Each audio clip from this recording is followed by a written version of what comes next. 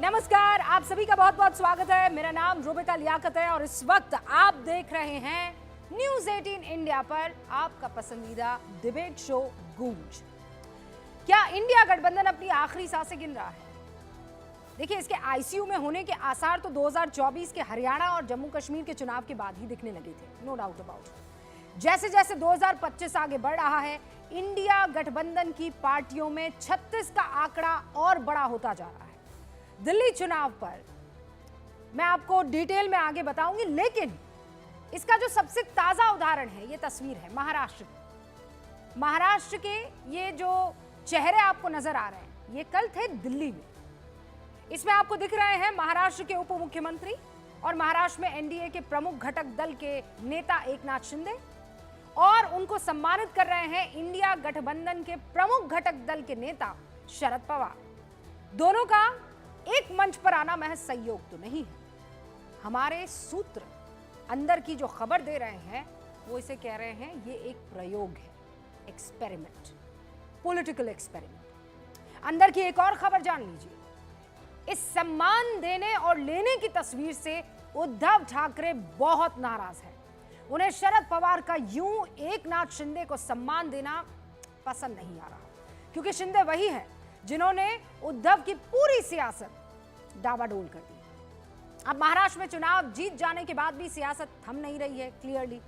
खासकर इंडिया गठबंधन के सहयोगी जो है वो दिल्ली की हार के बाद एक दूसरे पर सख्त भी है और सख्ते में भी है। सुनिए,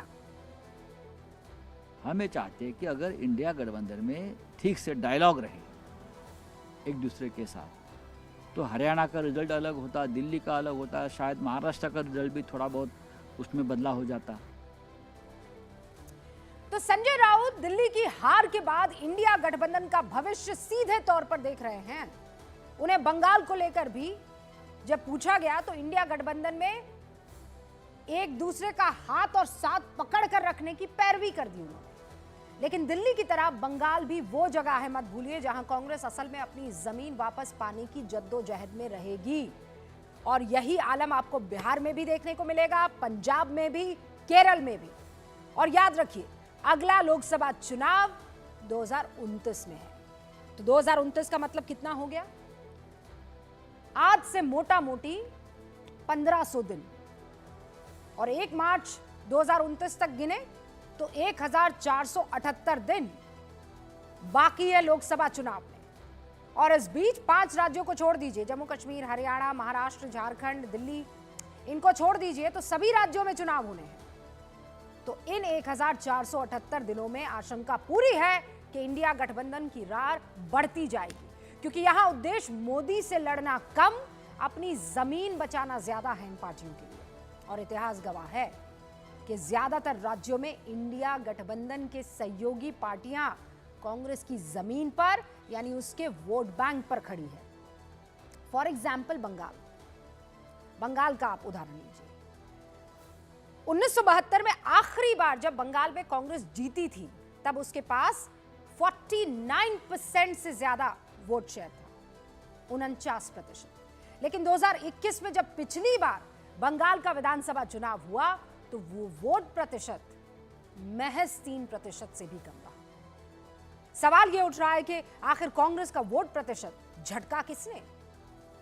तृणमूल कांग्रेस ने, क्योंकि ममता बनर्जी उसी कांग्रेस से निकली और फिर उसी तरह की राजनीति करने लगी। फिर कैसे कांग्रेस ममता से गठबंधन कर अपने आप को और कमजोर होते हुए देख पाएगी, बताइए। यही हाल बिहार में है, उत्तर प्रदेश में है। आपको आज आंकड़ों से ज्यादा किस्सों के जरिए समझाने की कोशिश करती हूं कैसे। बिहार में आखिरी बार कांग्रेस की सरकार कब थी? 10 मार्च 1990 थी। उस सरकार को हटाकर 10 मार्च 1900 को सीएम कौन बना? 1990 में, सॉरी 1990 में सीएम कौन बना? लालू प्रसाद यादव। यानी कांग्रेस हारी और लालू यादव सत्ता में आए। तब से लेकर अब तक कांग्रेस का मुख्यमंत्री बिहार में बन ही नहीं पाया है। और आज हालात यह है कि कांग्रेस लालू यादव की पार्टी की जूनियर पार्टनर बनकर रह गई है। बिहार से उत्तर प्रदेश आ जाएंगे। उत्तर प्रदेश में आखिरी मर्तबा कांग्रेस का मुख्यमंत्री कब बना था? 5 दिसंबर 1989, 1989। 5 दिसंबर 1989 को कांग्रेस मुख्यमंत्री को हटाकर सीएम कौन बने? मुलायम सिंह यादव। और आज उसी मुलायम सिंह यादव की पार्टी समाजवादी पार्टी से सीट मांगनी पड़ती है कांग्रेस को, और कई बार तो ना मिलने पर चुप भी रहना पड़ता है। यानी कहानी का सार ये कि कांग्रेस के वोट बैंक को निपटाकर जो पार्टियां खड़ी हुई, और आज कांग्रेस से वही पार्टियां कह रही है कि छोड़ो कल की बातें, कल की बात पुरानी, अरे नया दौर है ना, नए दौर में लिखेंगे हम बिना कांग्रेस के कहानी। अब कांग्रेस क्या करे बताइए? ये इंडिया गठबंधन की असलियत है।